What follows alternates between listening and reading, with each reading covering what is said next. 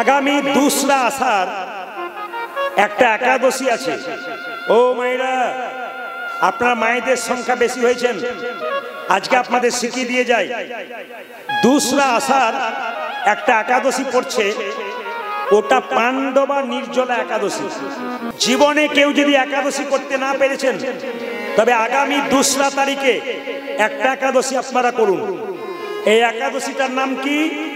পাণ্ডবা নির্জলা একাদশী। মহর্ষি ব্যাসদেবকে প্রশ্ন করছেন, পঞ্চপাণ্ডব বলছে আমরা তো একাদশী করি, কিন্তু আমাদের মধ্যে একটা ভাই করতে পারে না। কে? না ভীম।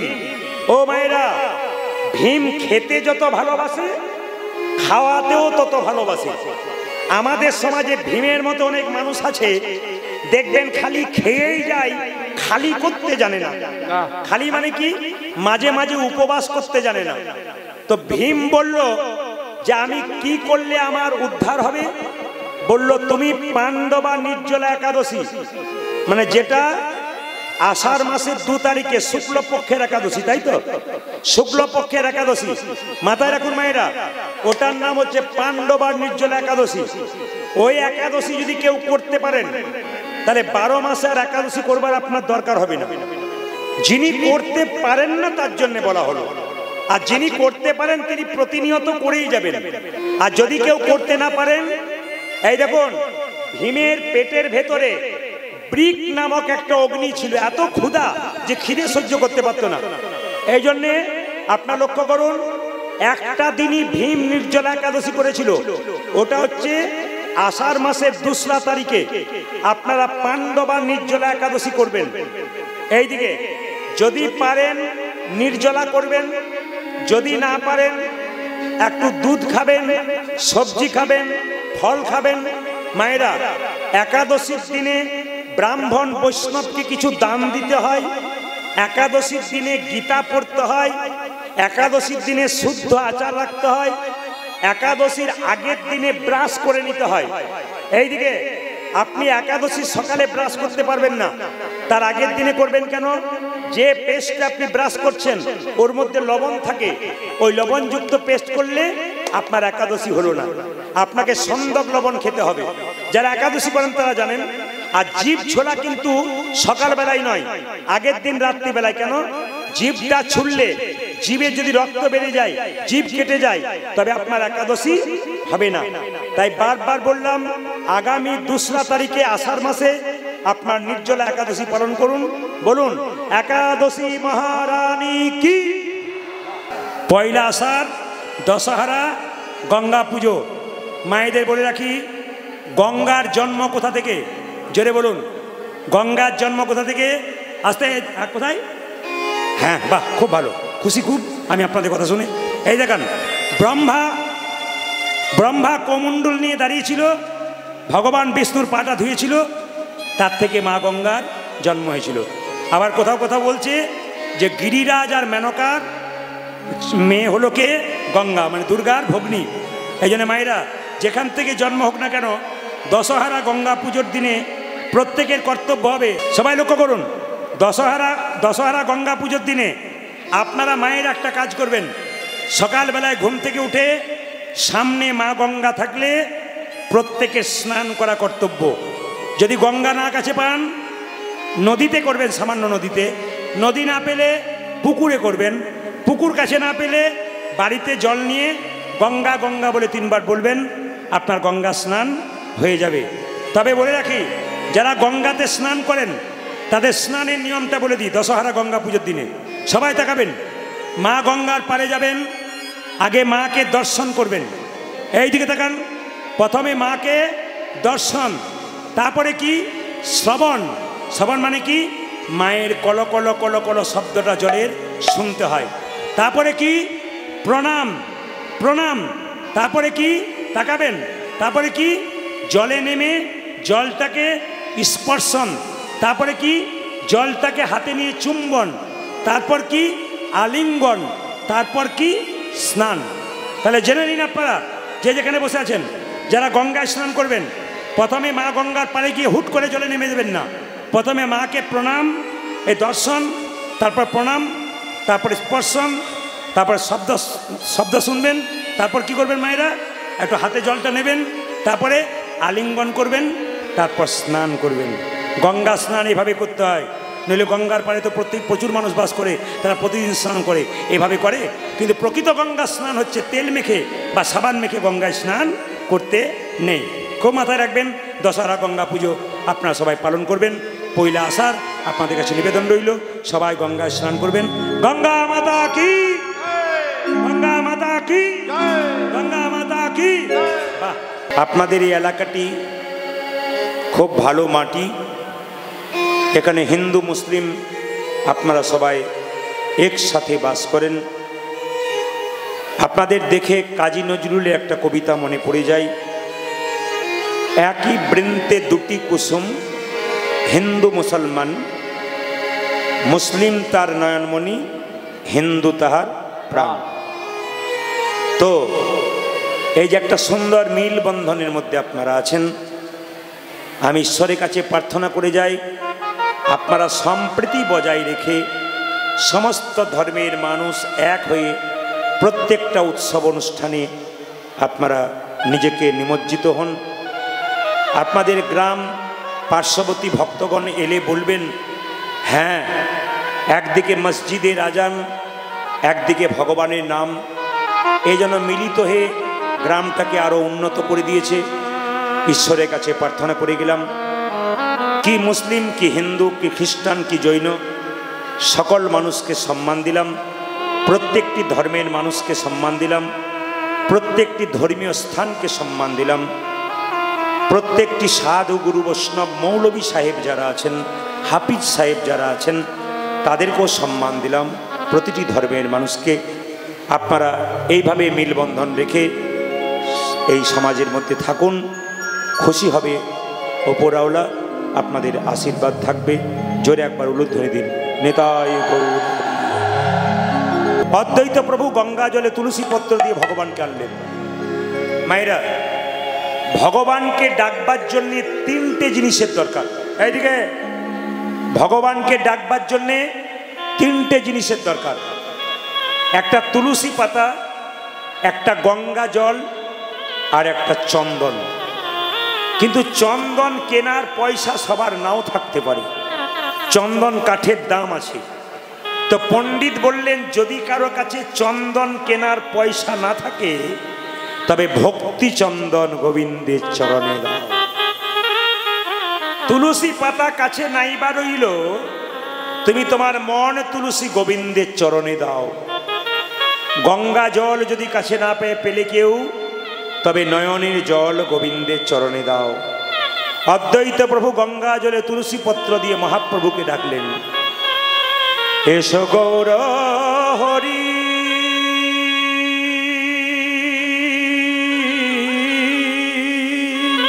ডাক যদি সহজ হয় ভগবান আসবে। আস্তে আস্তে আস্তে, ডাক যদি সহজ হয় ভগবান আসবে। রামকৃষ্ণদেব মা কালীকে বলতো মা খা, মা খা, মা খা। তো নরেন জিজ্ঞেস করেছিল, ঠাকুর মানে বিবেকানন্দ, তুমি যে মা খা, মা খা বলো, মা কি খায়? ঠাকুর বলল, হ্যাঁ রে খাই। বলে, তোমার হাতে খাই, ওই আমার হাতে খাই না কেন? ডাকার মতো ডাকবি, দেখবি তোর হাতেও খাবি। আচ্ছা, কেমন ডাকবো আমি তো বুঝতে পারি না। ঠাকুর বললেন, ডাকার মধ্যে আকুলতা চাই, ব্যাকুলতা চাই, ভগবান আসবে। নরেন বলল, আমি তো বুঝতেই পারি না কাকে আকুলতা ব্যাকুলতা বলে। রামকৃষ্ণদেব কথায় কথায় শালা বলতো। নরেনকে চুলের মুঠি ধরে নিয়ে বলল, আই শালা। গঙ্গার ঘাটে নিয়ে গিয়ে নরেনকে জলে ডুবিয়ে তার ঘাড়ে যেই না বসে দিয়েছে, কিছুক্ষণ পর যখন নরেনের ঘাট থেকে নেমেছে, নরেনকে বলছে, নরেন, তোকে যখন জলের মধ্যে ডুবিয়ে দিলাম তখন তোর ভেতরটা কেমন করছিল? ঠাকুর, ভেতরটা আমার আকুপাকু করছিল গো, এই বুঝি প্রাণটা বেরিয়ে যাবে। ওরে, ভগবানকে ডাকবার সময় তোর প্রাণ যদি ওরকম আকুপাকু করে, ভগবান কি না এসে থাকতে পারে? মায়েরা, এত গরমের মধ্যে আপনারা কীর্তন শুনতে এসেছেন, আপনাদের কৃপা হবে না তো কি অন্য কারো কৃপা হবে? কৃপা মানে কি? কিছু করে পাওয়া। এত গরমের মধ্যে বসে ভগবানের জন্য কিছু করছেন, ভগবান আপনার জন্য করবে না তাই কখনো হয়? অদ্বৈত প্রভু গঙ্গা জলে তুলসী পত্র দিয়ে ভগবানকে ডাকলেন, এসো হে গৌর হরি আমার, গৌর হরি ভক্তের হৃদয় অন্ধকার দূর করি, হৃদয় অন্ধকার দূর করে।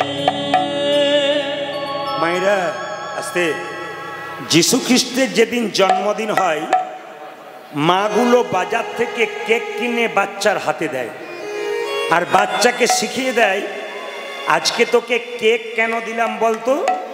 আজকে যীশু খ্রিস্টের জন্মদিন। কিন্তু ভগবান মহাপ্রভু কবে জন্ম নিল এটা মাও জানতে পারলো না, ছেলেও জানতে পারলো না। আপনাদের কাছে নিবেদন রইল, আপনি যীশু খ্রিস্টকে সম্মান দিন, কিন্তু নিজের ভগবানকে আপনি ভুলে যাবেন না। যেদিন মহাপ্রভু জন্ম নিলেন, মায়েরা বাড়িতে বাড়িতে আবির খেলা নিয়ে ব্যস্ত ছিলেন, রং খেলা নিয়ে ব্যস্ত ছিলেন।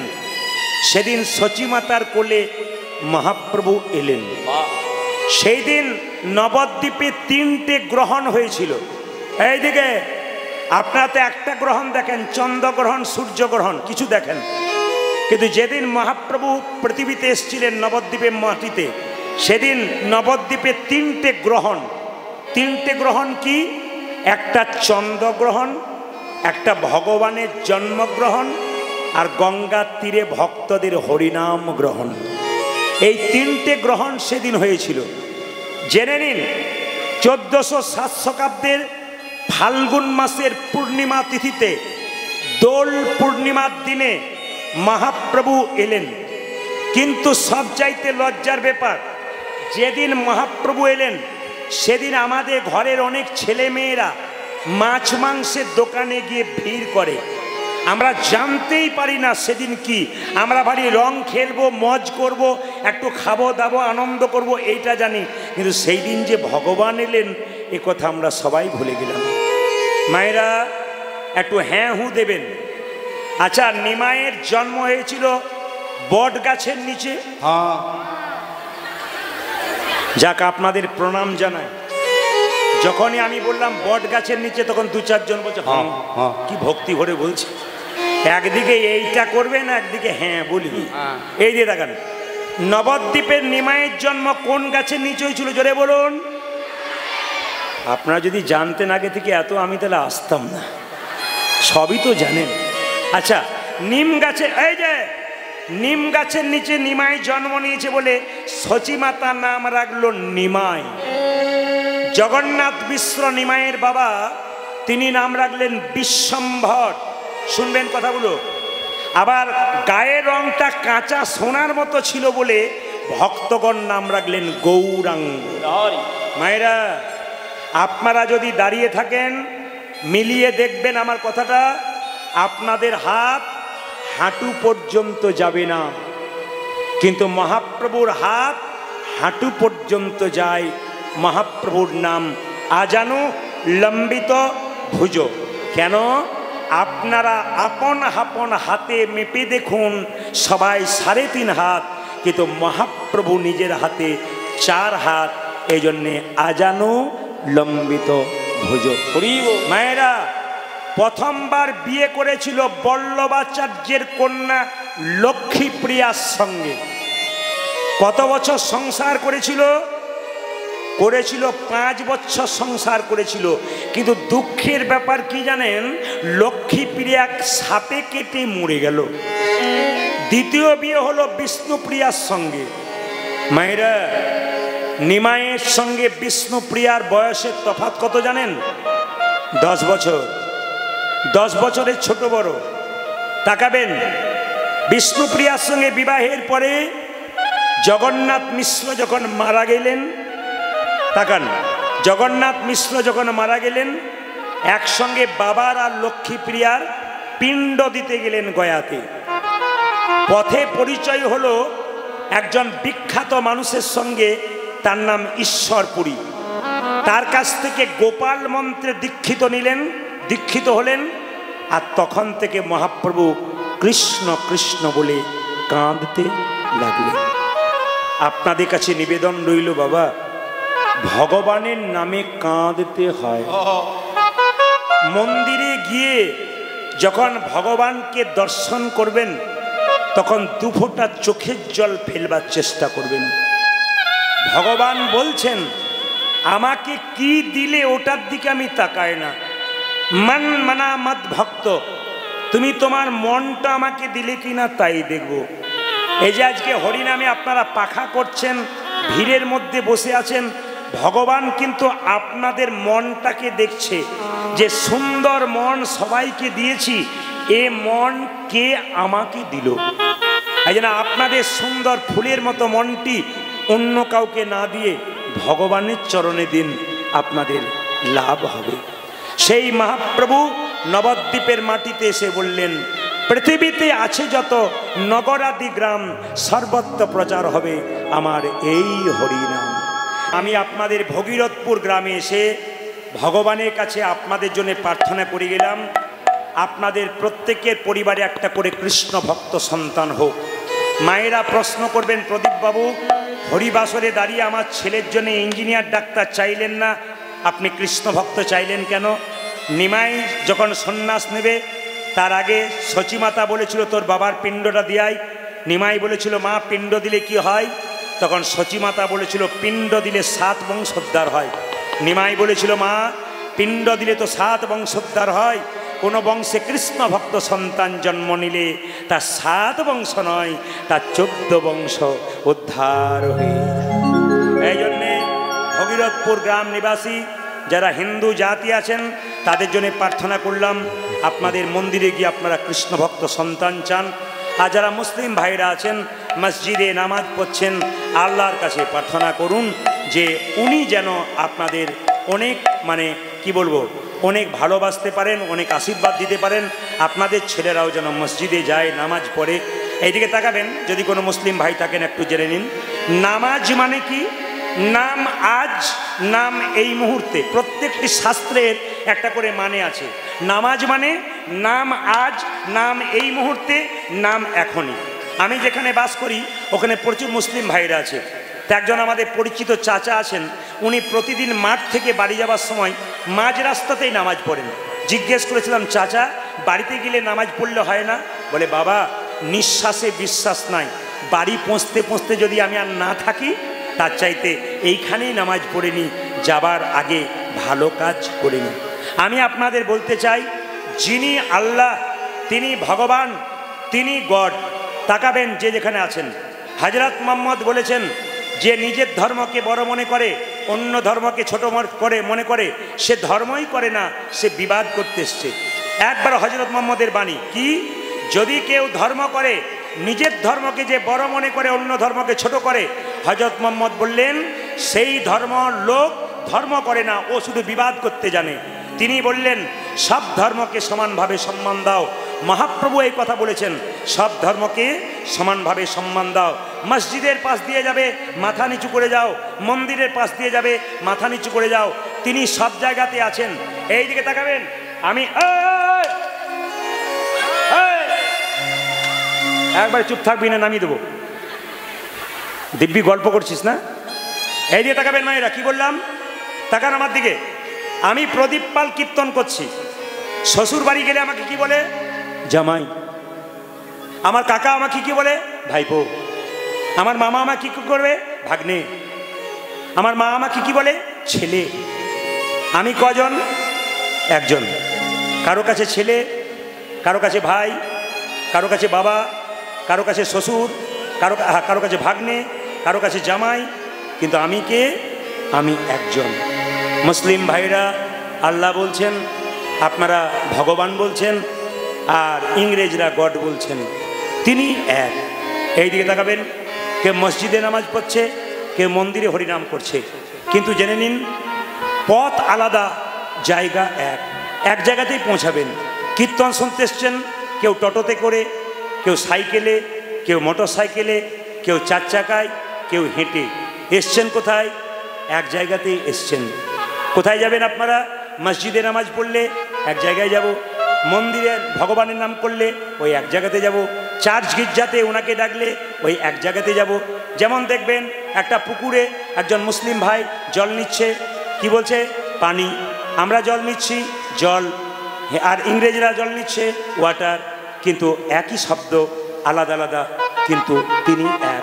এই জন্য ভগবান বলেন আমাকে নিয়ে বিবাদ নয়, আমাকে নিয়ে সংবাদ করো, দেখবে তোমরা আনন্দে থাকবে। এই জন্য আপনারা যে এত সুন্দর পরিবেশ তৈরি করেছেন হিন্দু মুসলিম একসঙ্গে, আমি আবার প্রার্থনা করব আপনারা সবাই ভালো থাকুন, সবাই খুশি থাকুন, সবাই আনন্দে থাকুন। মায়েরা যে যেখানে বসে আছেন একটু মন দিয়ে শুনবেন। মহাপ্রভু নবদ্বীপের মাটিতে এলেন কি জন্যে? নিতাই চাঁদকে ডেকে বললেন, দাদা এই অধম জীবকে হরিনাম দাও। কিভাবে? নয়নে দেখিবে জারি কৃষ্ণ নামে দেবে। দাদা হাত তুললেন, আমিও তুলেছি, কিছু মনে করবেন না। মহাপ্রভুর ছবি দেখেছেন? জোরে বলুন, একটু জোরে বলুন। যে পাখা করছেন সে বলুন, মহাপ্রভুর ছবি দেখেছেন তো? আচ্ছা এবার বলুন, হাত নিচের দিকে থাকে না ওপর দিকে থাকে? একবার দেখানো যাবে? যার আছে তিনি দেখাবেন, যার নাই তার দেখানো দরকার নাই। যাকে ভগবান দিয়েছেন তিনি দেখাবেন, যার নাই তার দেখানো বেশ না মানে। আচ্ছা বলি আস্তে। আচ্ছা মায়েরা, মহাপ্রভুর হাত এরকম করে তোলা আছে। একজন ভক্ত আচ্ছা কিছু মনে করবেন না, আপনাদের 2 মিনিট হাত তুলতে বলে কতজন বলে নামাতে বলুন, নামাতে বলুন, নামাতে বলুন, কি কষ্ট। আর মহাপ্রভুকে দেখবেন সারা জীবন হাতটা তুলে আছে। তো একজন ভক্ত জিজ্ঞেস করছে, ঠাকুর তুমি যে হাতটা তুলে আছো তোমার হাতে ব্যথা হয় না? বলে ব্যথা আবার হয় না? বলে তাহলে নামাও। বলে কি করে নামাবো? তোরা তুলছিস না তাই নামাচ্ছি না। একজন ভক্ত বলল, প্রভু তাকাও তাকাও তাকাও, এই দেখো তুলে দিলাম, এইবার নামাও। বলছে তুই তো তুললি, তোদের পেছনে যারা, আপনাদের বলিনি, বলছে তোদের পেছনে যারা আছে তারা তুলবে না। বলছে তার মানে বুঝলাম না। বলছে আমি হাতটা তুলে আছি কেন জানিস? তোদের পরের জন্মে যারা আসবে তারা হাত তুলবে না, তাই আমি জন্ম জন্মান্তর ধরে হাত তুলে। দেখুন, হ্যাঁ, তাহলে মহাপ্রভু আমাদের কাদের জন্য হাত তুলেছে? যারা পৃথিবীতে আগে এসেছিল তাদের জন্য তুলেছে, আগামীতে যারা আসবে তাদের জন্য তুলেছে, এখন যারা এসছে তাদের। এই যে মায়েরা, আমরা হাত তুলি কখন? টোটো অটো দেখলে অনেক লোক বলছে, ও দাদা এ ভগীরথপুর যাবে টোটো দাদা, কীর্তনে যাব, হাত তুললেন। আর হাত তোলেন কখন? যখন কেউ জলে ডুবে যায়, উঠতে পারে না, কিছু বলতে পারে না, এরকম এরকম করে করে। কেন? যদি কেউ দেখে বাঁচালেও বাঁচাতে পারে। আর হাত তুলি কখন? হাতের মধ্যে যখন বোঝা নেই। উত্তর দেবেন মায়েরা, মহাপ্রভু কি জলে ডুবে গিয়েছিল? জোরে বলুন হা না না, জোরে বলুন। অনেকে খুব বুদ্ধিমান আছে, সেই ভোটের সময় দেখবেন কিছু কিছু লোক আছে দুপক্ষেই মুড়ি খায়। কাকে যে ভোট দেয় ভগবান ছাড়া কেউ জানে না। সেই জন্য দেখবেন আপনাদের মধ্যে দেখতে পাচ্ছি কেউ কেউ মহাপ্রভু হাতটা তুলেছিল, তুলেনি না, এটা করলে হবে না। মায়েরা, মহাপ্রভু হাতটা তুলেছিল কেন? যে জায়গায় ছিলাম, মহাপ্রভু হাতে বোঝা ছিল না? ছিল না। কিন্তু শাস্ত্র বলছে মহাপ্রভু হাতে বোঝা ছিল। বলবেন কেন দেখতে পাচ্ছি না কেন? যে চোখ দিয়ে সারাদিন সিরিয়াল দেখেন, ওই চোখে কি কখনো মহাপ্রভু ভাব বুঝতে পারেন? মহাপ্রভু হাতটা তুলে আছে কেন মায়েরা? বোঝা নিয়ে আছে। কিসের বোঝা? আমি আপনাদের প্রমাণ দিয়ে দিই। আপনার এখানে কীর্তন হচ্ছে, মেয়ে বাবাকে ফোন করছে, বাবা কীর্তন হবে, প্রদীপ বাবু চলে এসো। বাবা তো মেয়ের বাড়ি এলো, মেয়ে যা যা খেতে ভালোবাসে তাই তাই আনলো, কিন্তু মেয়ের জন্যে বাবা আর একটা জিনিস আনলো যেটা মেয়েও দেখতে পেলো না, বাবাও দেখতে পেলো না। কি বলুন তো? প্রেম আর ভালোবাসা। ওটা মেয়েও দেখতে পায় না, বাবাও দেখতে পায় না, অনুভব করতে হয়। মহাপ্রভু নবদ্বীপের মাটিতে হাতটা তুললেন কেন? আমাদের জন্য প্রেমের ভালোবাসার বোঝা নিয়ে দাঁড়িয়ে আছেন। এবার আপনাদের সামনে গৌরচন্দ্রিকা শেষ করবার আগে আপনাদের কাছে আমি 4টে প্রশ্ন রাখব। যদি কেউ উত্তর দিতে পারেন, আমি এখানে দাঁড়িয়ে কথা দিলাম আপনাকে আমি রাজা করে দেবো। বাহ! অনেকে বলছে বাহ, যতই গরম লাগুক রাজা হয়েই ছাড়ব। এইদিকে তাকাবেন, তাকাবেন তাকাবেন। প্রশ্নগুলো বলবো না, বাদ দিয়ে দেবো। বাবারে অনেকে বলছে বলুন বলুন যদি কাজে লেগে যায়। না না, প্রত্যেকটা তত্ত্বের প্রশ্ন, প্রত্যেকটা তত্ত্বের প্রশ্ন। এদিকে তাকাবেন। একজন রাজা 4টে প্রশ্ন করেছিল, কেউ যদি উত্তর দিতে পারে তবে তাকে রাজত্ব দিয়ে বৃন্দাবনে চলে যাবে। তা প্রথম প্রশ্নটা কি? তাকান এদিকে। প্রথম প্রশ্নটা কি? ভগবান কোথায় থাকে? এই যে ভালো করে শুনবেন, প্রথম প্রশ্ন কি বললাম? ভগবান কোথায় থাকে। আর 2 নম্বর প্রশ্ন কি? ভগবান কি খায়। আর 3 নম্বর প্রশ্ন কি? ভগবান কখন হাসে। আর 4 নম্বর প্রশ্ন কি? ভগবানের কাজ কি। আপনারা তো শুনলেন, কারো জানা আছে কি? জানা আছে? বাহ, 2-4 জন এমনি এমনি করেছে, আর 2-4 জন বলছে না জানা নেই। হ্যাঁ হ্যাঁ, এক যারা কীর্তন শোনে তাদের জানা আছে। মায়েরা এইদিকে, প্রথম প্রশ্ন ভগবান কোথায় থাকে, একটু দেখান তো কোথায় থাকে। বাবা রে, কে অনেকে বলছে এইখানে, অনেকে বলছে ওইখানে, সব জায়গাতে বলছে। আচ্ছা বেশ বেশ বেশ, আগে জেনে নিন। দ্বিতীয় প্রশ্ন ভগবান কি খায়। তৃতীয় প্রশ্ন ভগবান কখন হাসে। আর চতুর্থ প্রশ্ন ভগবানের কাজ কি। রাজা মন্ত্রী, মন্ত্রী এ ঢোল বাজিয়ে চারদিকে খবর দাও। আরে জবর খবর, জবর খবর, জবর খবর।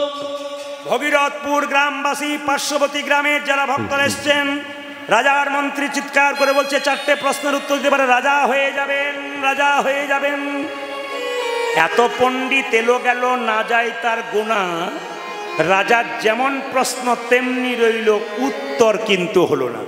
মানে মনোমতো উত্তর হলো না। বহু বড় বড় পণ্ডিত এলো, কেউ উত্তর দিতে পারলো না। মন্ত্রী যখন গালে হাত দিয়ে চলে যাচ্ছে চিন্তা করতে করতে রাজবাড়িতে, কাউকে পেল না উত্তর পেতে। একটা ভিখারির ছেলে ছেঁড়া রুটি খাচ্ছে, পোড়া রুটি খাচ্ছে ছেঁড়া কাপড় পরে। ও জিজ্ঞেস করছে মন্ত্রী, বলে কি রাজবাড়িতে এত ভিড় কেন? বলে ভিড় হলো তো তোর কি গেল? তখন ভিখারি বলছে তাহলে পেট ভরে খেতাম। তখন মন্ত্রী বলছে রাজার হলো মনের জ্বালা, এ বেটা পেটের জ্বালা। পেট ভরে খাবি। 4টা প্রশ্নের উত্তর দিলে তোকে পেট ভরে খেতে হবে না, রাজা হয়ে যাবি। ছেলে বললে প্রশ্নগুলো একটু বলো। তখন মন্ত্রী বললো তুই স্কুলে পড়েছিস? বলে না। স্কুলে না পড়লে পারবি না। বলে কেন? ছেলেটি বলে উঠলো যেখানে দেখিবে ছাই, উড়াইয়া দেখো তাই, পাইলেও পাইতে পারো অমূল্য রতন। আরে একবার বলো না প্রশ্নটা। প্রথম প্রশ্ন ভগবান কোথায় থাকে। ছেলে বললো এর মতো সহজ উত্তর আর আছে? মন্ত্রী মনে মনে ভাবলো পণ্ডিত পারলো না, এই বেটা বলছে পারবো। দ্বিতীয় প্রশ্ন ভগবান কি খায়, বলছে আরো সহজ উত্তর। ভগবান কখন আসে? বলে বলবো না, কি বলে বলার দরকার নেই, ওখানে কি বলবি। ভগবান তার কাজ কি? ছেলে বললো এখনই বলবো। বলে না, রাজবাড়িতে চল। ও মায়েরা, যেই না ছেঁড়া কাপড় পরে পোড়া রুটিটাকে নিয়ে রাজবাড়ির ভেতরে ঢুকে, ওখানে কি হচ্ছে? ওখানে কি হচ্ছে? হাত ধরে বের করুন, হাত ধরে বের করুন। না না, ওখানে নয়, রাজার বাড়িতে। মানে আপনাকে বলি নাই, ভিখারির ছেলেটাকে রাজা বলছে। কেন বলুন তো? হাতে পোড়া রুটি আর ছেঁড়া কাপড় পরে ঢুকে গেছে। তুই কে রে? ছেলে বললো রাজামশাই আমি একজন ভিখারির ছেলে। কি করতে এসছিস? প্রশ্নের উত্তর দেবো তোমার। তুই কে? আমি দিন ভিখারি, আমি দিন ভিখারি, নাইকো করি, নাইকো করি, একটি পয়সা দাও। উত্তরগুলো শুনবেন। যারা 4টে প্রশ্ন শুনলেন, উত্তরগুলো খুঁজে পাচ্ছেন না, তারা মন দিয়ে উত্তরগুলো শুনবেন, গালে হাত দেবেন না।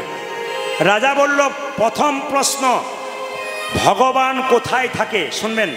আপনারা তো বলেন এইখানে, ওইখানে, ওইখানে, এইখানে, কত রকম করলেন। জেনে নিন ছেলেটাকে উত্তর দিচ্ছে রাজামশাই ভগবান কোথায় থাকে ওটা বলবো, তবে 2 মিনিট দেরি আছে। বলে কেন? আমি অনেক দূর রাস্তা হেঁটে এলাম তো, আমাকে 1 গ্লাস শরবত দাও তো। রাজা বলল কে আছিস রে, একে 1 গ্লাস শরবত এনে দে তো। যেই না শরবতটা এনে দিয়েছে, অমনি ছেলে জিজ্ঞেস করছে রাজামশাই এটা শরবত? বলে হ্যাঁ। যদি শরবত তবে চিনি কই? মায়েরা, শরবত তৈরি করার পর চিনি দেখতে পান? জোরে বলুন, জোরে বলুন। ছেলে কেমন আজব প্রশ্ন করছে, রাজামশাই এটা যদি শরবত তবে চিনি কই? রাজা বলল মন্ত্রী আচ্ছা পার্টি তুমি ধরে এনেছো। হ্যাঁ, এই জন্য তুই ভিখারি নইলে প্রফেসর হতে পারতিস। বলে কেন? জলের মধ্যে চিনি আছে, খালি চোখে দেখা যায় না, চুমুক দিলে বোঝা যায় চিনি আছে। ছেলে বলল, রাজামশাই আপনার গ্লাসটার মধ্যে আপনার প্রশ্নের উত্তর আছে। বলে কেন? জলের মধ্যে চিনি আছে, তা যেমন খালি চোখে দেখা যায় না, চুমুক দিলে বোঝা যায়, বিশ্ব ব্রহ্মাণ্ডের মধ্যে ভগবান চিনির মতো মিশে আছে। যে ভক্ত ভক্তির চুমুক দেয় ভগবান। কি শিখলেন? কি শিখলেন? ভক্তি যার কৃষ্ণ তার। সর্বশাস্ত্রে কয় ভক্তি না থাকিলে কৃষ্ণ দেখিলেই কৃপা হয়। মন্দিরে ভগবানকে দেখলেন, ভক্তি নাই, তাহলে আপনার হলো না। তাকাবেন, বাহ, তোর প্রথম প্রশ্ন হয়ে গেছে। 2 নম্বর, ভগবান কি খায়? ছেলে বলছে, রাজামশাই ভগবান খায় না। বলে কি করে বুঝলি? ভগবান যদি খেত, আমরা ঘরে থাকি, আমরা খাই, আমাদের একটা বাথরুম ঘর আছে। ভগবান যদি খেত তাহলে মন্দিরের পাশে একটা বাথরুম ঘর থাকতো। রাজা বলছে, আচ্ছা ছেলেকে ধরে তত্ত্বের দ্বারা উত্তর দে, তত্ত্বের দ্বারা। মায়েরা আপনারাই পারবেন। মন্দিরে 4টে কলা 4টে আপেল নিয়ে যান, জোরে বলুন তো ভগবান খায়? হ্যাঁ না না, জোরে বলুন, জোরে বলুন। অনেকে ভয়ে বলছে না, তাহলে হতেও পারে কোনো গন্ডগোল থাকতে পারে। ভগবান খায়? কাল থেকে মন্দিরে নিয়ে যাবেন না যদি খায় না। বলছে, মায়েরা ছেলেটা বলল, ভগবান খায় না গো, ভগবান দেখে। তুমি যে 4টে কলা 4টে আপেল নিয়ে গেলে, প্রেমের ভাবে নিয়ে গেলে না অহংকারের ভাবে নিয়ে গেলে? তুমি যদি প্রেমের ভাবে নিয়ে যাও, তোমার প্রেমটুকু খাবে আর অহংকারটুকু ফেলে দেবে। বাহ বাহ, ভেরি গুড, দারুণ দারুণ। 2 নম্বর প্রশ্ন, ভগবান কখন হাসে? ছেলে বলছে, ভগবান 2 বার হাসে। বলে কখন কখন? যখন ভাইয়ে ভাইয়ে দড়ি নিয়ে,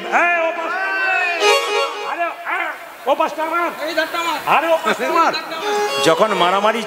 আপনাদের ভাইয়ে ভাইয়ে কোনো ঝগড়া নাই না, এখানে আপনাদের ভগীরথপুরে কোনো ভাইয়ে ভাইয়ে ঝগড়া নাই, একবারে ঝগড়া নাই, আমি শুনলাম।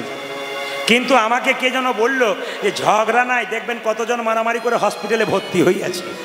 ও মায়েরা, ভাইয়ে ভাইয়ে যখন ভাগাভাগি করে, এপাশ আমার ওপাশ আমার, ভগবান তখন হাসে। এপাশ ওপাশ করিস না, এমন ওপর পাশে টেনে নেবো, তখন বুঝবি মজা। আর ভগবান কখন হাসে? আপনার বাড়িতে একজন অসুস্থ ব্যক্তি ছটপট ছটপট করছে, এবার মরে যাবে।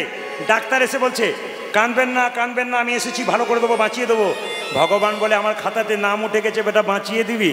হ্যাঁ, তোরই গ্যারান্টি নেই, তুই বাড়ি পর্যন্ত যাবি, এমন হ্যাঁচকা দেবো তো নিতাই গৌর হরি বল করে দেবো। তারও তখন ভগবান হাসে। ভগবানের কাজ কি? তাকান। ছেলে বলল, রাজামশাই এতগুলো উত্তর কথাই দিলাম, এবার কাজে দেবো। বলে কীরকম? আপনি বললেন ভগবানের কাজ কি, শুনে রাখুন ভগবানের কাজ কি, শুনুন। বলে কি? না, আপনি সিংহাসনে বসে আছেন, আপনি নেমে আসুন। রাজা বলছে, নামবো কেন? বলে না, নামলে উত্তর হবে না। উত্তর হবে না? বলে না, ভালো করে শুনে রাখুন, নেমে আসুন। যে না রাজা নিজে নেমে নিচে বসেছে, অমনি ছেলেটা সিংহাসনে গিয়ে বসেছে। নাম নাম নাম। বলে আপনার প্রশ্নের উত্তর হয়ে গেল। বলে কেন? ভগবানের কাজ এই, কাউকে ভিখারি করা, কাউকে রাজা করা। তুমি ছিলে রাজা, হয়ে গেলে ভিখারি, আমি ছিলাম ভিখারি, হয়ে গেলাম রাজা। মায়েরা, সবার কাছে নিবেদন রইল, 10 5 সবে মিলে দাঁড়েতে বসিয়া কীর্তন করহ সবে, হাতে তালি দিয়া। সবাই হাত ওঠান, একসঙ্গে তালি দিয়ে কীর্তন করবেন। একসঙ্গে হাত দিয়ে সবাই তালি দিয়ে কীর্তন করবেন। হরে হর নম কৃষ্ণ নম কৃষ্ণ যাদবায় নম হরি। আপনাদের একটা নজির দিয়ে যায়, শব্দ নয়, আপনাদের নজির দিয়ে যায়। গত কয়েকদিন আগে আমি নলহাটিতে গান গাইলাম, আপনার শুনলে চমকে যাবেন।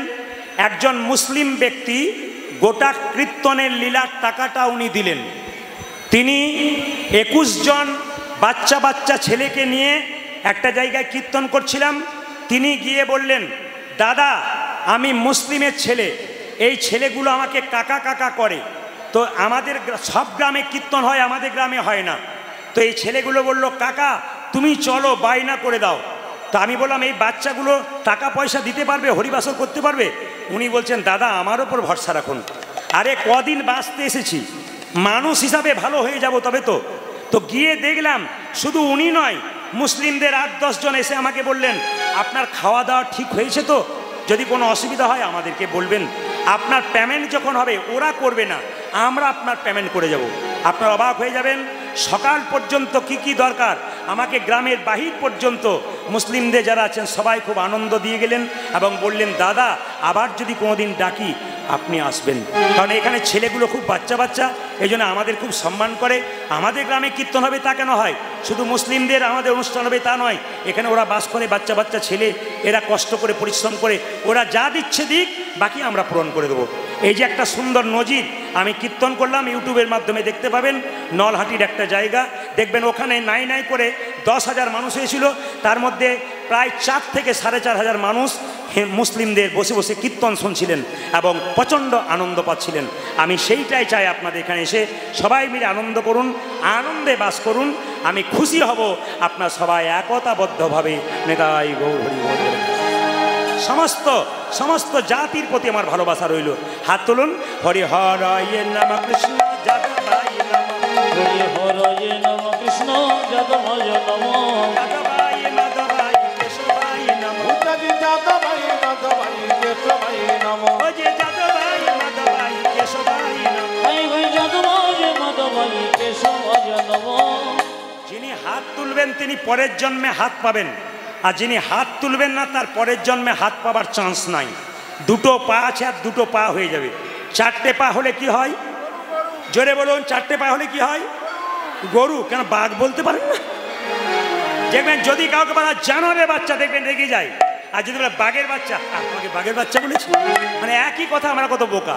হাত তুলুন একসঙ্গে, একদিকে মন্দিরে আরতি হচ্ছে, একদিকে হাত তুলে হরি হরয়ে নম কৃষ্ণ যাদবায় নম, হরি হরয়ে নম কৃষ্ণ যাদবায় নম, হরয়ে নম কৃষ্ণ যাদবায় নম, হরি হরয়ে নম কৃষ্ণ যাদবায় নম, যাদবায় মাধবায় কেশবায় নম, হাই হাই যাদবায় মাধবায় কেশবায় নম, ও যে যাদবায় মাধবায় কেশবায় নম, যাদবায় মাধবায় কেশবায় নম, ও যে গোপাল গোবিন্দ রাম শ্রী মধুসূদন, আজি গোপাল গোবিন্দ রাম শ্রী মধুসূদন, গোপাল গোবিন্দ রাম শ্রী মধুসূদন, গোপাল গোবিন্দ রাম শ্রী মধুসূদন, ও যে গিরিধারী গোপীনাথী মদন মোহন, আজি গিরিধারী গোপীনাথে মদন মোহ, ও যে গিরিধারী গোপীনাথী মদন মোহন।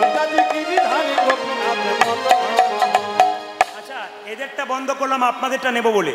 আপনারা সবাই বলুন তো আমার সঙ্গে, এক উচ্চ স্বরে বলবেন। বলুন হরে কৃষ্ণ, জোরে হরে কৃষ্ণ, বা কৃষ্ণ কৃষ্ণ, বাহ, হরে রাম, জোরে বাহ, জোরে হরে কৃষ্ণ, বাহ, দারুণ। রাধা রানী কি। দেখুন, যারা বসতে পেরেছেন তারা ভাগ্যবান। কি বলে কাকা? মায়েরা, যারা বসতে পেরেছেন তারা ভাগ্যবান, যত গরম হোক না কেন। কতজন দেখুন বাইরে দাঁড়িয়ে আছে, ঢুকতেই পারে নাই। যারা ঢুকতে পারেনি তাদের কত কষ্ট। আপনারা বসতে পেরে অনেকে গরমে ভাবছেন কেন যে ঢুকলাম, কিন্তু বাইরে যারা দাঁড়িয়ে আছে তারা ভাবছে যদি একবার একজন উঠতে পায়, তারা একবার যদি ঢুকতে পায় তারা আর বেরোবো না। যেরকম রাধা রানী কি। আমার এখানকার কমিটির ভাইরা অক্লান্ত পরিশ্রম করে হরিবাসর করছেন। একমাত্র আপনাদের দানের দ্বারা এই মহোৎসব, এত সুন্দর উৎসব হচ্ছে, এখানে প্রসাদ হবে, এত সুন্দর প্যান্ডেল, এত সুন্দর মাইক। আসলে আমি গতবারে সাগরপাড়ায় গান গাইছিলাম, আমাদের এই ভাই আমার কাছে গিয়েছিলেন এবং 1 বছর আগে আমার সঙ্গে চুক্তিবদ্ধ করেছিলেন এবং তিনি আহ্বান করেছিলেন ওনাদের কমিটির হয়ে। আমি ওনাদের ভালোবাসার স্বার্থে এলাম। শুধু একটা নিবেদন রইল, কীর্তন চলাকালীন আমাকে কেউ 1 টাকাও দেবেন না। একবারে বারবার নিবেদন রইল, কীর্তন শেষে বলুন, কীর্তন চলাকালীন বলুন, আমাকে 1টা টাকাও কেউ দেবেন না। কেন? আমি টাকার বিনিময়ে এসেছি, ওই টাকাটা ওনাদের হাতে দিন। কারণ ওনাদের কাছে নেবো, আপনাদের কাছে নেবো তা তো হয় না। আপনারা ওনাদেরকে দিন, আমাদের ছেলেরা সব যাবে আপনাদের কাছে হাত পাতবে। আপনারা যথোপযুক্ত যেমন পারবেন দান করবেন। যদি কেউ না পারেন দান করতে, অন্তত আশীর্বাদ করবেন, ভগবানকে প্রার্থনা করবেন। এই যে সুন্দর হরিবাসরে ভক্তের পদধূলিতে নবদ্বীপ বৃন্দাবন পরিণত হয়েছে, প্রতি বছর যেন তারা প্রতিটা যশা কীর্তনে এনে আপনাদের আনন্দ দিতে পারে। নিতাই গৌর হরি হরি।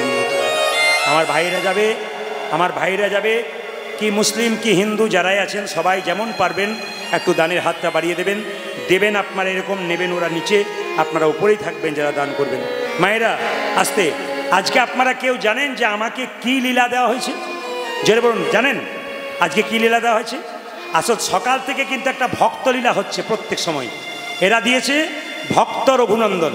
মায়েরা, এই যে তিলক আর মালা, এই যে আপনারা হরিবাসরে মালা দেন, তিলক দেন, এটা প্রথম শ্রীবাসঙ্গনে মহাপ্রভুকে দিয়েছিল কে? তাকাবেন, কীর্তন শুনতে আসা মানে কিছু জানা। শ্রীবাসঙ্গনে প্রথম মহাপ্রভুকে মালা তিলক দিয়েছিল কে? এই যে কীর্তনে মালা তিলকের রীতি, এটা কোথা থেকে শিখলেন? ভক্ত রঘুনন্দন মহাপ্রভুর গলায় প্রথমে তিলক মালা দিয়েছিলেন, তখন থেকে কিন্তু তিলক মালার রীতি চালু হয়ে গেছে। সেই ভক্ত রঘুনন্দনের কথা আজকে বলবো।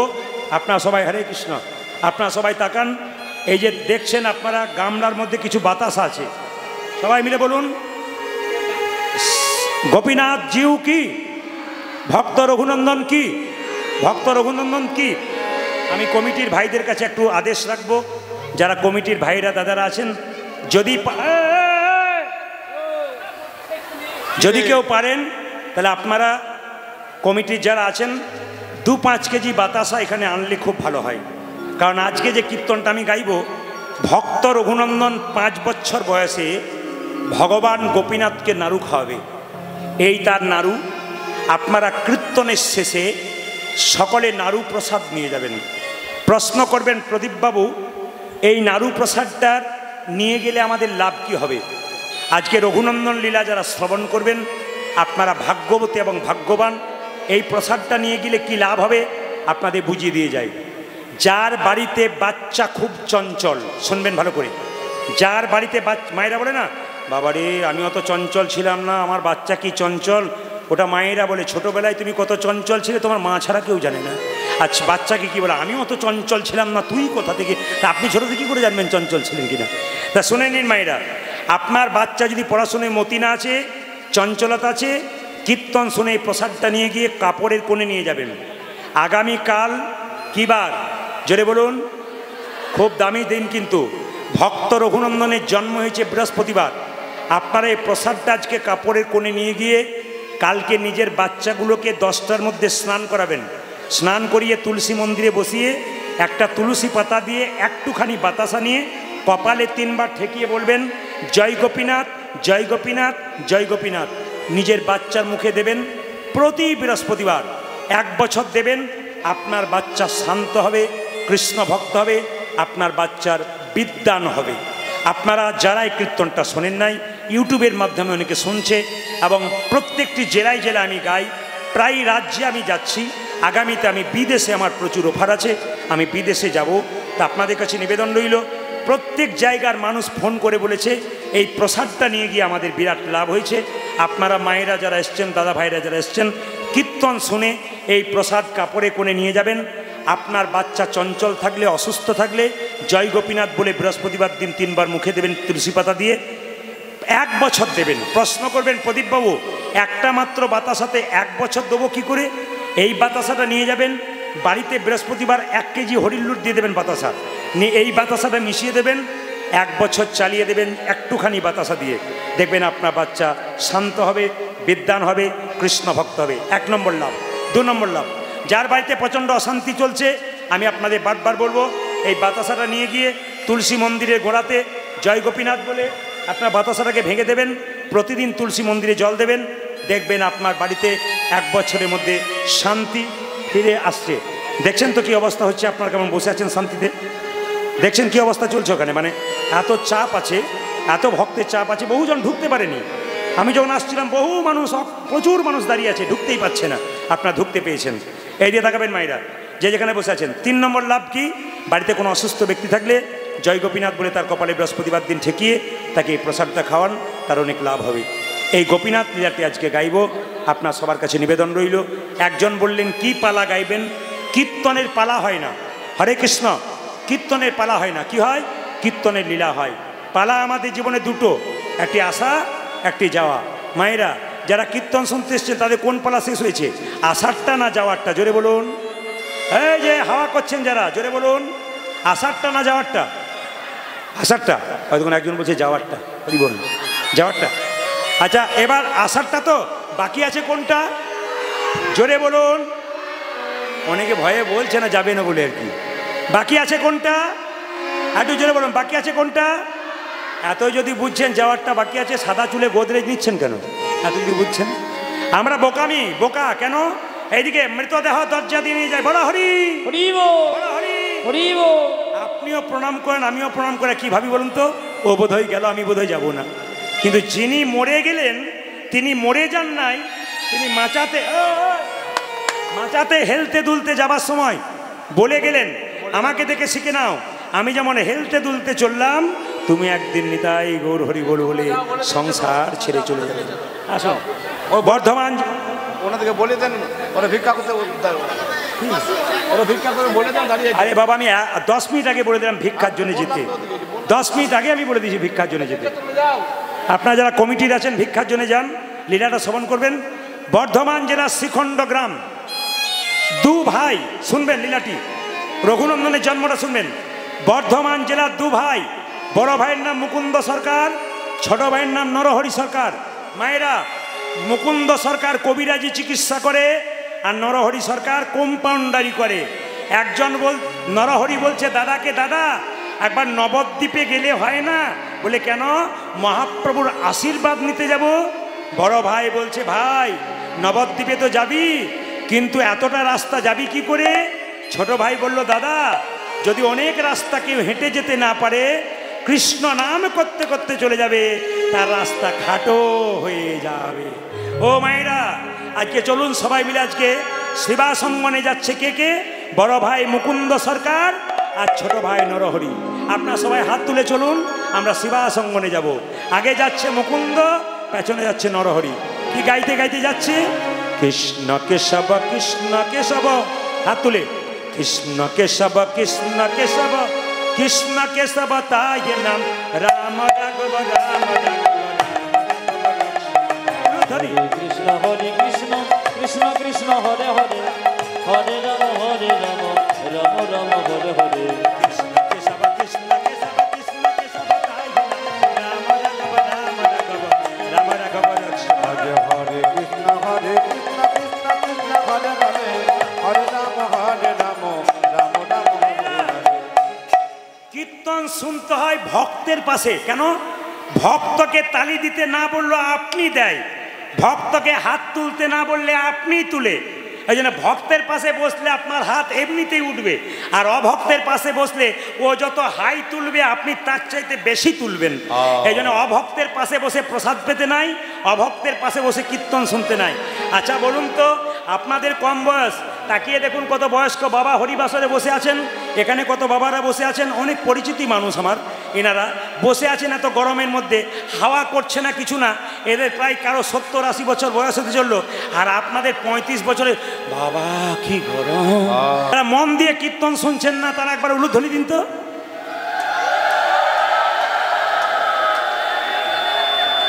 কত শুনছেন আমি বুঝতে পেরে গেলাম। আমি বললাম যারা মন দিয়ে কীর্তন শুনছেন না তারা উলুধ্বনি দিন। সবাই দিচ্ছে। যারা মন দিয়ে শুনছেন তারা উলুধ্বনি দিন। বাহ বাহ। আচ্ছা আচ্ছা, আপনারা কীর্তন ভালোবাসেন? জোরে বলুন, জোরে বলুন। সিরিয়ালের দিব্যি বলুন। সিরিয়াল ভালোবাসেন না? ছেলের দিব্যি খাবে কিন্তু সিরিয়ালের দিব্যি খাবে না, এত এখনকার ব্যাপার। মায়েরা সবাই দেখুন, মহাপ্রভু কীর্তন করতে করতে চলে যাচ্ছে সুরধনী গঙ্গার তীর দিয়ে। আর মায়েরা যে রঘুনন্দনের কথা বলছি, মুকুন্দ সরকারের ছেলে হবে একটু পরে। মুকুন্দ গান গাইছে, মহাপ্রভু কীর্তন করছে, মুকুন্দ পেছন পেছন যাচ্ছে। সুরধনী তীরে সুরধনী তীরে কেরা মহাবীর সমবয় বালক সঙ্গে, আজ সুরধনী তীরে কেরা মহাবীর সমবয় বালক সঙ্গে, সুরধনী সমবয় বালক সঙ্গে,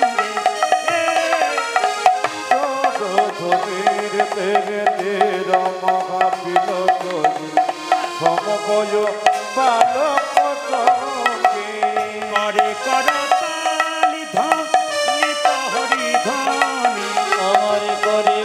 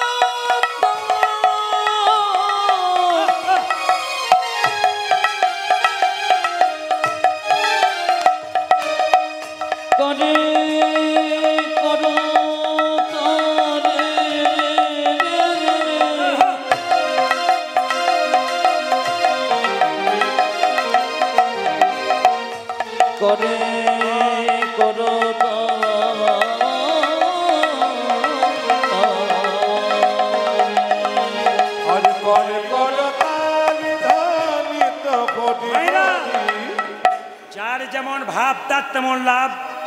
যারা কীর্তন শুনতে এসে ঘর ঘর করছেন, মরার সময় তাদের গলাটা বেশি করে ঘর ঘর ঘর ঘর ঘর ঘর ঘর ঘর ঘর ঘর ঘর ঘর ঘর ঘর ঘর ঘর ঘর ঘর করবে। আর যারা কীর্তনে বসে আছেন, মৃত্যুর সময় মনে হবে চোখ মুজে ঘুমাচ্ছেন, লোকে বলবে মরে নাই, যেন ঘুমাচ্ছে। আমাদের মৃত্যু যেন এরকম হয়, লোকে যেন ভয় খেয়ে না যায়, এমন মৃত্যু হয়, লোকে যেন বলতে পারে ওগো ঘুমাচ্ছে, মরে নাই। মায়েরা, মুকুন্দ সরকার নরহরি যাচ্ছে, মহাপ্রভু কীর্তন করছে, যার যেমন ভাব। ছোট ভাই বলছে, দাদা আমি কি দেখছি জানো? কি দেখছিস? ওই তো আমার গোড়া, ওই তো আমার গোড়া নাচে, আমার গোড়া, দেখো ওই তো আমার গোড়া ওই তো আমার গোড়া, দেখো হেমি দণ্ড বাহু তুলে, ওই তো আমার গোড়া নাচে। ওই তো আমার গোড়া। আজ হেমি দণ্ড বাবু তুলে, ওই তো আমার গোড়া নাচে। ছোট ভাই বলছে আমি দেখছি গোড়া নাচছে। বড় ভাই বলছে না না, আমি দেখছি আরেকজন নাচছে। কি দেখছিস? ওই তো গোড়াই, ওই তো গোড়ায় নাচে, ওই তো গোড়াই না, দেখো ওই তো গোড়াই নাচে। করে যা শ্যাম নাচে, বাইরে ও গোড়া, ওদের অন্তরে যারে সামনে নাচে, বাজিরে গোড়ায় নাচে। করে যা শ্যাম নাচে, বাইরে ও গোড়াই না। আজ অন্তরে যার ভ্যাম নাচে, বাইরে গোড়াই নাচে। সরধনে তীরে তীর মহাবিনাশায়, সমবায় ভাগবত সঙ্গে আদিশর ঘরে তেরে বিরমভ বিরসয়, সমবয় ভারত সঙ্গে। ভাইরা, একবারে আমি আপনাদের বারবার বলে যাচ্ছি, এই সময়ের মধ্যে আপনাদের জেনে নিতে হবে কতগুলো ভালো ভালো কথা। কি? মুকুন্দ নরহরি যখন দাঁড়িয়ে আছে মহাপ্রভুর আশীর্বাদ পাওয়ার জন্যে, এখানে যারা কীর্তন শুনতে এসছেন তারা সবাই আশীর্বাদ পাবেন। কেউ আগে পাবেন, কেউ পরে পাবেন। এই দিকে তাকান, এই দিকে তাকান। যারা কীর্তন শুনতে এসছেন তারা মহাপ্রভুর আশীর্বাদ সবাই পাবেন, একসঙ্গে পাবেন না। কেউ আগে পাবেন, কেউ পরে পাবেন। দু ভাই যখন দাঁড়িয়ে আছে, মহাপ্রভু শ্রীবাসকে বলল, শ্রীবাস, ওদের দু ভাইয়ের মধ্যে যে ছোট ভাই, তাকে বলে দাও সে আমার সঙ্গে সারা জীবন কীর্তন করবে, আমার সঙ্গে সঙ্গে থাকবে। শ্রীবাস বলল, ঠাকুর, বড় ভাইকে কি বলবো? ওকে বলে দাও ও আমার 100 জন্ম কৃপা পাবে না, ও আমার 100 জন্ম সঙ্গ পাবে না। পাবে না। তাকান তাকান তাকান, আপনারা একই ঘরের দু বোন কীর্তন শুনতে এসছেন, কিংবা একই বাড়ির দু ভাই কীর্তন শুনতে এসছেন। একজন আশীর্বাদ পেলেন, একজন পেলেন না। যে পেল তার আনন্দ হবে, যে পেল না তার কত কষ্ট হবে। শ্রীবাস এসে বলছে, তোমাদের মধ্যে ছোট ভাইকে নরহরিকে, এই যে আমি তোমার জন্যে প্রভু বলেছে তুমি সারা জীবন প্রভুর সঙ্গে কীর্তন করবে, প্রভুর সঙ্গে থাকবে। বড় ভাই বলছে, হ্যাঁ গো। বড় ভাই বলল, হ্যাঁ গো শ্রীবাস, আমার জন্যে কি বলেছে? তোমার জন্যে বলেছে তুমি 100 জন্ম কৃপা পাবে না, 100 জন্ম সঙ্গ পাবে না। সঙ্গ পাবে না। মায়েরা, যেই না বড় ভাইকে বলেছে 100 জন্ম সঙ্গ পাবে না, অমনি বড় ভাই নাচতে শুরু করেছে, জয় গো জয় গো। শ্রীবাস ভাবছে লোকটা পাগল হয়ে গেল বোধহয়, 100 জন্ম সঙ্গ পাবে না বলে। সঙ্গে সঙ্গে শ্রীবাস বলছে, মুকুন্দ, তোমাকে প্রভু বলল 100 জন্ম সঙ্গ পাবে না, আর তুমি গৌর গৌর বলে নাচতে শুরু করেছো। ওগো মুকুন্দ, শ্রীবাস বলছে, প্রভু যদি আমাকে বলতো 100 জন্ম সঙ্গ পাবে না, আমি বিষ খেয়ে আত্মহত্যা করতাম। এ কথা শুনে মুকুন্দ বলছে, শোনো শোনো শ্রীবাস, প্রভু যদি বলতো 100 জন্মে সঙ্গ পাবো না, সঙ্গ পাবো না। প্রভু যদি বলতো কোনো জন্মে সঙ্গ পাবো না, সঙ্গ পাবো না, তাহলে না হয় আমি বিষ খেয়ে আত্মহত্যা করে দিতাম। আত্মহত্যা করিয়ে দিতাম। প্রভু বলেছে 100 জন্ম সঙ্গ পাবো না, 100 জন্ম না হয় গৌর গৌর বলে কেঁদে বেড়াবো। যখন 100 জন্ম পেরিয়ে যাবে, 101 জন্মে প্রভুর সঙ্গ, আমি 101 জন্মে প্রভু সঙ্গ পাবো। 1 জন্মে প্রভুর সঙ্গ পাবো। 101 জন্মে প্রভু সঙ্গ পাবো। 100 জন্ম কেঁদে বেড়াবো, এক জন্মে প্রভুর সঙ্গ পাবো। আমি 100 জন্ম কেঁদে বেড়াবো, 101 জন্মে প্রভুর সঙ্গ ওই পাবো। আমি 100 জন্ম কেঁদে বেড়াবো, 101 জন্মে প্রভু সঙ্গ ওই আমি পাবো। 100 জন্ম কেঁদে বেড়াবো, 101 জন্মে প্রভু সঙ্গ পাবো। ওই আমি জন্মে প্রভু সঙ্গ পাবো। 3 ঘন্টার কীর্তন শুনতে সে কতবার হাই তুলতে হয়, কতবার উঠতে হয়, বসতে হয়। আর মুকুন্দ সরকার বলল 100 জন্ম গৌর বলে কাঁদবো, 101 জন্মে তো কৃপা পাবো। এর থেকে কি শিখলেন আপনারা? এ পৃথিবীতে ধৈর্য যার, সফলতা তার। ধৈর্য যার নাই, সফলতা তার নাই। অনেক মেয়েরা শ্বশুর বাড়িতে অনেক অত্যাচারিত হয়, কিন্তু শেষে এক সময় সুখী হয় ধৈর্য ধরে থাকলে। অনেক মেয়েরা সইতে পারে না, ডিভোর্স হয়ে যায়। আমি আপনাদের বলতে চাই, এইদিকে তাকাবেন, যে মেয়েরা ছেলেরা খুব ধৈর্য ধরে পড়াশুনো করে তার রেজাল্ট ভালো হয়। মায়েরা, 100 ভাইয়ের দাদা দুর্যোধন চঞ্চল ছিল, ভগবান পেল না। কিন্তু 5 ভাইয়ের দাদা, পঞ্চপাণ্ডবের দাদা যুধিষ্ঠির স্থির ব্যক্তি ছিলেন, উনি ভগবান পেলেন। দেখবেন মায়েরা, যে মেয়েদের মন খুব চঞ্চল, ও তরকারিতে 2 বার নুন দেয় আর ঘরের লোকের কাছে গাল খায়। আবার দেখবেন সবজি কাটতে গিয়ে আঙুল কেটে দেয়। যে পুরুষ দেখবেন খুব চঞ্চল, ও সংসারে উন্নতি নেই। দেখে নেবেন আপনারা, এই সংসারে কি হিন্দু, কি মুসলিম, কি খ্রিস্টান, কি জৈন, যে ব্যক্তি দেখবেন খুব চঞ্চল, স্থিরতা নাই, তার জীবনে কোনো উন্নতি নাই, ও জীবনে উন্নতি করতে পারে নাই। স্থির চিত্তের ব্যক্তি হতে হয়, যুধিষ্ঠিরের মতো। মুকুন্দ সরকার বলছে 101 জন্মে কৃপা পাবো, চোখের জলে ভাসছি। ভগবান সব সইতে পারে, কিন্তু ভক্তের চোখের জল সইতে পারে না। ভক্তি চোখের জল সইতে পারি না। মায়েরা, ছেলের জন্য কাঁদো, মেয়ের জন্য কাঁদো। শেষে ছেলে মেয়ে যখন প্রশ্ন করবে তুমি আমার জন্যে করেছো কি, আপনি বলবেন যার জন্যে করি চুরি সে কিনা বলে চোর। কিন্তু ভগবানের জন্যে যখন কাঁদবেন, ভগবান কারো ঋণ রাখে না। যদি কেউ হা কৃষ্ণ প্রাণ গোবিন্দ বলে মন জলে মানতে পারে, মনে করতে পারে, তবে ভগবান তাকে কৃপা করে দেয়। সংসারের জন্যে যখন কাঁদবে, চোখ থেকে জল পড়বে, সেই জল চোখের কোণ দিয়ে পড়বে। সেই জল স্পর্শ করলে গরম লাগবে, মুখের মধ্যে প্রবেশ করলে নোনা নোনা ভাবে লাগবে। কিন্তু কৃষ্ণ বলে যে জন একবার কাঁদতে পারবে, আরে চোখের জল চোখের মাঝ দিয়ে পড়বে, মাঝ দিয়ে পড়বে। স্পর্শ করলে গরম লাগবে না, শীতল লাগবে। মুখের মধ্যে প্রবেশ করলে লোনা লোনা ভাব লাগবে না, মিষ্টি মিষ্টি ভাব লাগবে। এত সুন্দর মানব জনম পেয়ে এই 84 লক্ষ জনে ভ্রমণ করে এই সোনারে ভারতে জন্ম গ্রহণ করি, বড় বড় গুরুদেবের সঙ্গ লাভ করি। যদি একবার কৃষ্ণ বললে কাঁদতে না পারো, কৃষ্ণ হবে, যদি কৃষ্ণ বলি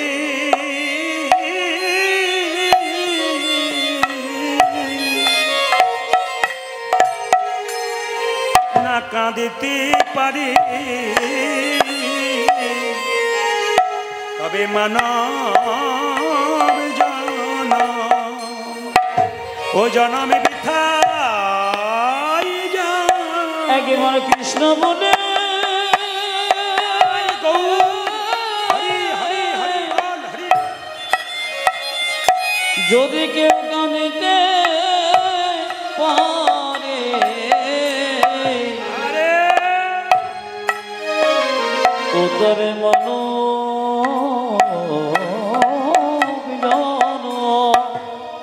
ও জনমে সম হবে। মায়েরা, কেউ যদি কৃষ্ণ বলে কাঁদতে পারে, তবে তার মানব জন্ম সফল হয়ে যাবে। তাকাবেন মায়েরা, তাকাবেন। যখন মুকুন্দ সরকার কাঁদছে, মহাপ্রভু চোখের জল সহ্য করতে পারল না। মুকুন্দ, তুমি কাঁদছ? হ্যাঁ প্রভু, আমার ভাইকে তুমি কৃপা করলে, আমাকে করলে না কেন? মহাপ্রভু কত দামি কথা বলছে দেখুন। মুকুন্দ, তোমাকে আমি বাড়ি পাঠিয়ে দিলাম, আর তোমার ভাইকে আমার সঙ্গে রাখলাম কেন জানো? এই সংসারে যারা বড় ভাই হয় তাদের দায়িত্ব সবচাইতে বেশি হয়। কার কথা? এই সংসারে যারা বড় ভাই বড় বউ হয়, সংসারের দায়িত্ব তাদের বেশি হয়। কেমন? একটা বনের মধ্যে বড় গাছ যেমন ছোট ছোট গাছগুলোকে ঝড়ঝঞ্ঝা থেকে রক্ষা করে, একটা সংসারের বড় ভাই ছোট ছোট ভাইগুলোকে ঝঞ্ঝাট থেকে রক্ষা করে। তোমরা দু ভাই মিলে যদি কীর্তন করতে চলে আসো, বাড়ির সবাই না খেয়ে মরবে, কেউ আর হরিনাম করবে না। তাই তোমাকে পাঠিয়ে দিলাম শ্রীখণ্ডে। তুমি একটা গোপীনাথের মন্দির তৈরি করো, বাড়ি ফিরে যাও। একটা গোপীনাথের মন্দির তৈরি করো, জীবের দ্বারে হরিনাম দাও, আর গরিবদের চিকিৎসা করো। বড় লোকের চিকিৎসা করবে, পয়সা নেবে, কিন্তু গরিবের চিকিৎসা করে কোনো পয়সা নেবে না। ওগো মুকুন্দ, তোমার তো চিকিৎসায় খুব একটা নাম ডাক নাই। আমি স্বয়ং ভগবান মহাপ্রভু তোমার মাথায় হাত দিয়ে আশীর্বাদ করলাম, তুমি কাল থেকে বাড়ি গিয়ে যাকেই চিকিৎসা করবে তারই রোগ ভালো হয়ে যাবে।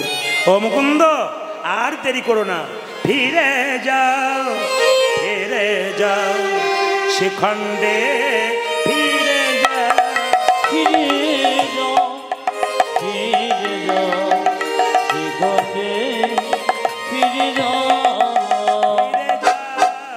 ফিরে যাও শ্রীখণ্ডে, ফিরে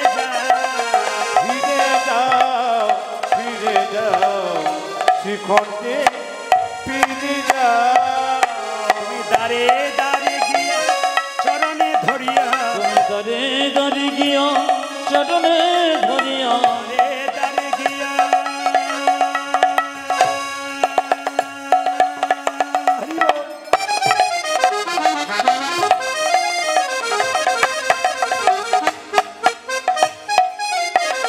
ও তুমি দাঁড়ে দাঁড়ে গিয়া চরণে ধরিয়া, দাঁড়ে গিয়া চরণে ধরিয়া, তুমি দাঁড়ে দাঁড়ে গিয়া চরণে ধরিয়া, হরির নাম দিলা, তুমি দাঁড়ে দাঁড়ে গিয়া চরণে ধরিয়া, হরে রাম বীর বীর